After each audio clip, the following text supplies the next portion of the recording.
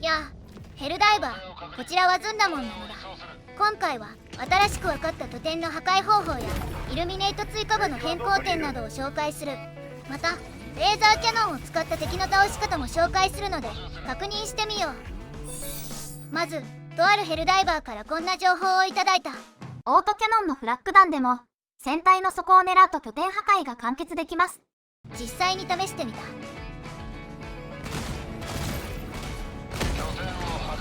2発でシールドが割れて3発目を入り口に撃てば破壊できた。右の映像では船体の側面を撃っているがシールドを破壊できない。2秒で完結は最速破壊かもしれない。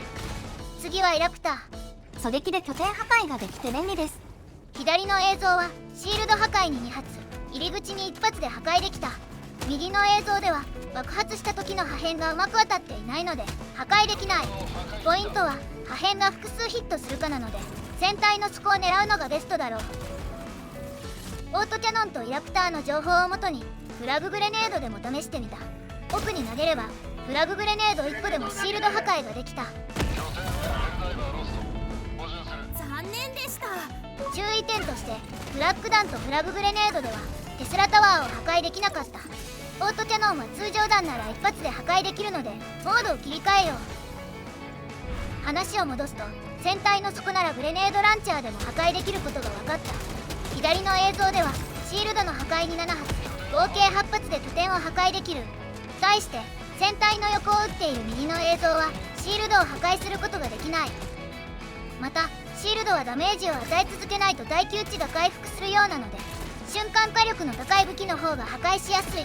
ご覧の通りシールドの色が紫になったがリロードしている間に青に戻っている。船体の底を撃ってもクロスボウではシールド破壊に10発もかかった。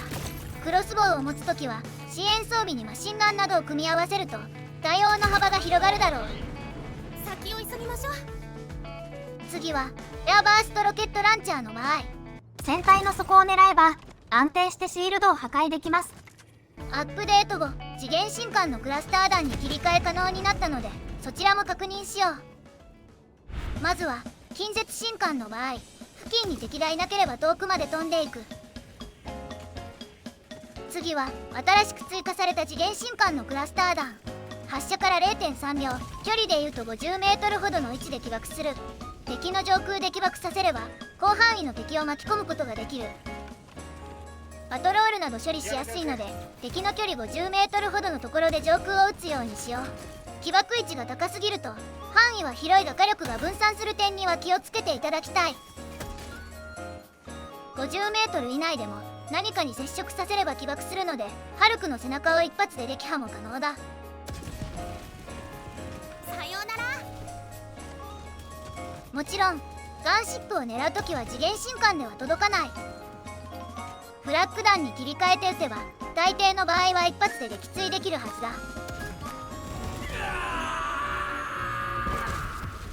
助かった。ちなみにガンシップ出動の瞬間を狙い撃ちして撃墜することもできる。残念ながらガンシップ直撃でもファブリケーターは壊れなかった。パッチノートにクラスター弾の爆弾はより素早く装備可能とあるのでリロード時間も測ってみよう。左の映像がフラッグ弾、右の映像がクラスター弾だがリロード時間はどちらも 3.7 秒だった。リロード速度自体が速くなったという意味かもしれないが現状ではどちらもリロード速度に違いはない。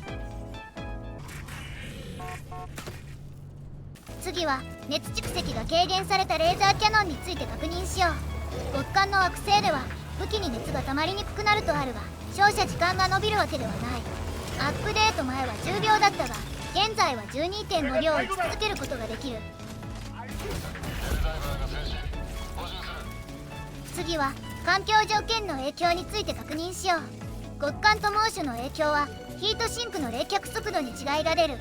ゲージが70の状態から0になるまでカウントすると極寒が 9.4 秒、影響なしが14秒、猛暑が 18.7 秒とこれだけ違いが出る。当たったらどうするんですの？ここからはレーザーキャノンを使ってイルミネートと戦ってみよう。まずはソウルレスの対処について。足を狙えば簡単に這いずりゾンビになるので後ろダイブで距離を保つようにすれば勝手に燃えていく。撃つ時はしゃがんだ方が足を狙いやすいはずだ。先ほど確認したが、オーバーヒートする前に武器を切り替えてヒートシンクを冷却しよう。オーバーヒートするとリロードに 3.3 秒かかる。また包囲準備完了のアーマーを着ても支援装備のリロード時間は変わらなかった。次はオーバーシアーの場合、結論から言うと頭を狙えば最速で撃破できる。青い目の部分を狙うと 0.4 秒ほどで倒せた。もう終わっちゃうの？胴体か足を打つと2秒ほどかかる。 0.4 秒ほど差があるので足の方が耐久力が高い。オーバーシアーの基本姿勢を見てみると腰の部分に腕が重なる形になっている。ここを打つと3秒ほどかかるので腕と肩には当たらないようにした方がいい。また左腕を破壊してもシールドを出さなくなるだけで倒すことはできない。軽装交換通武器の場合は頭を打っても弾かれる。装甲はすぐ壊れるので胸か足を狙うようにしよう。シールドを出してきた場合は距離を取った方がいい。非常にかわしづらい攻撃をしてくるので近づかれないようにしたい。こうなるとなかなか立ち上がれなくなる。そうならないように15メートルほど距離を保つようにすれば 2.8 秒ごとに遠距離攻撃しかしてこない。しゃがんでいてもかわせるのでタイミングをつかめば問題ないはずだ。またレーザーキャノンは打ち出すまでに 0.5 秒ほどかかるため被弾せずに倒しやすいのは頭を狙った場合となる。ちなみに打ちながらでも左に動けばかわせなくはない。やるじゃないか。続いてエレベートオーバーシアーの場合、足などの体力は少し低いようだが頭を打った方が速いのは変わりない。また背中のジェットパックを打つと簡単に倒すことができる。レーザーキャノンだと爆発する前に振り向かれることが多かったので武器を切り替えた方が安定するだろう。ビクシアと違うところは腕を胸のあたりに構えているので胴体は狙わない方がいい。骨盤を狙ってうまく当て続けた場合は目安として2秒ほどで撃破できる。しかしソラシアの場合攻撃間隔が一定ではないので被弾しないのは難しい。約1秒の間に8発の弾を撃ってくるが基本的には最後の弾を打ち出してから次の攻撃が来るまで 2.5 秒ほどしかない。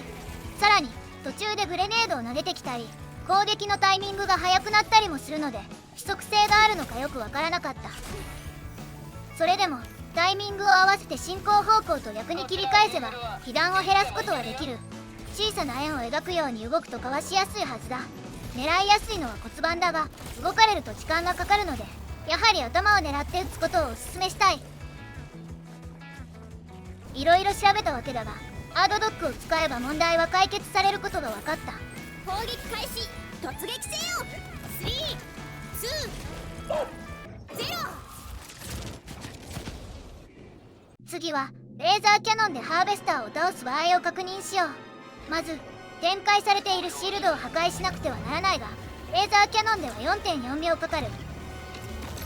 シールドを破壊するときは瞬間火力の高い実弾系の武器に切り替えた方が早い。テンダライザーだと 1.2 秒で破壊できる。シールド破壊後12秒で再展開されてしまうが右の映像のどちらか一つを破壊すればシールドは展開されなくなる。軽装交換通では破壊できないがレーザーキャノンなら1秒ほどで破壊することができる。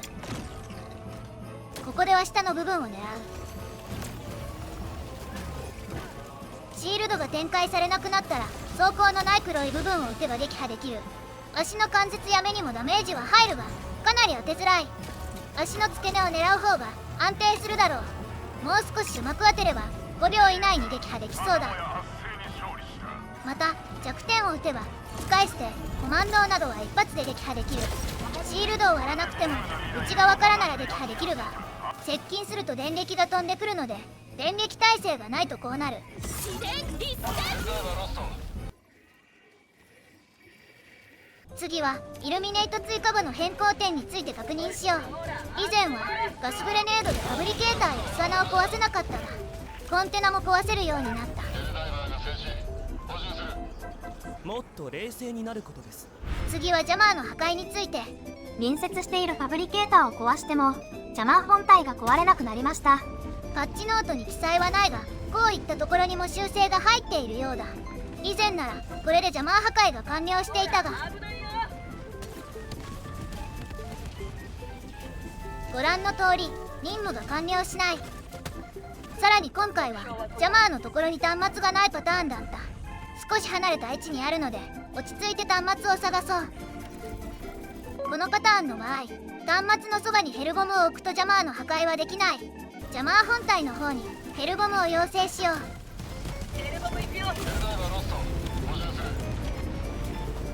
次はバラージャータンクについて。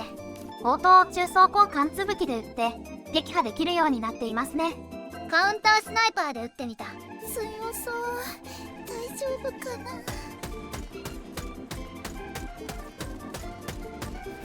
やりました。なんと12発で撃破できるようになっている。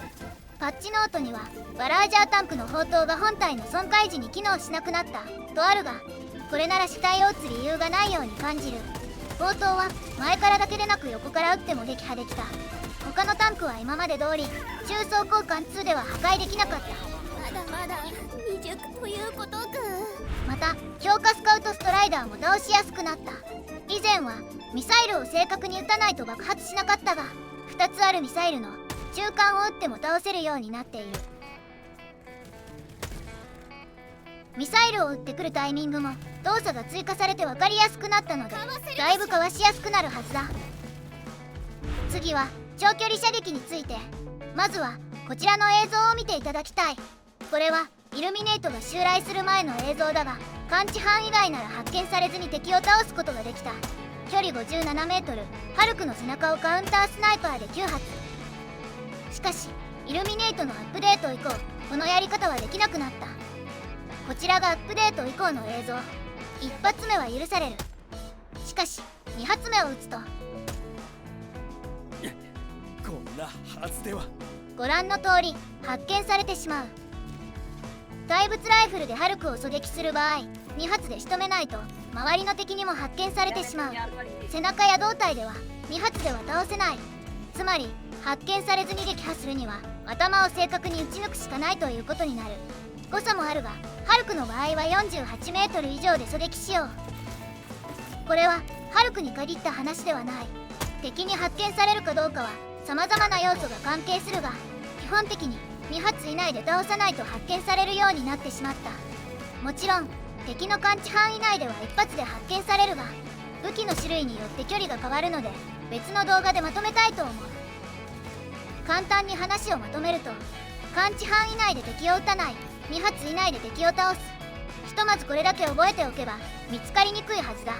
カウンタースナイパーの場合、トルーパー、スカウト、バーサーカーは 52m 以上、デバステーターは 42m 以上で狙撃しよう。距離はスカン視点時の数値となる。例外としてタンクは撃破するまで撃っても問題なかった。今後どうなるかわからないが、狙撃に関しては現状こういった感じになっている。というわけで情報を提供してくれたヘルダイバー、いつも自由と解放を守るために戦ってくれて本当にありがとう。また次回の動画もチャンネル登録してお待ちいただければと思う。それでは今回はここまで。こちらはずんだもんでした。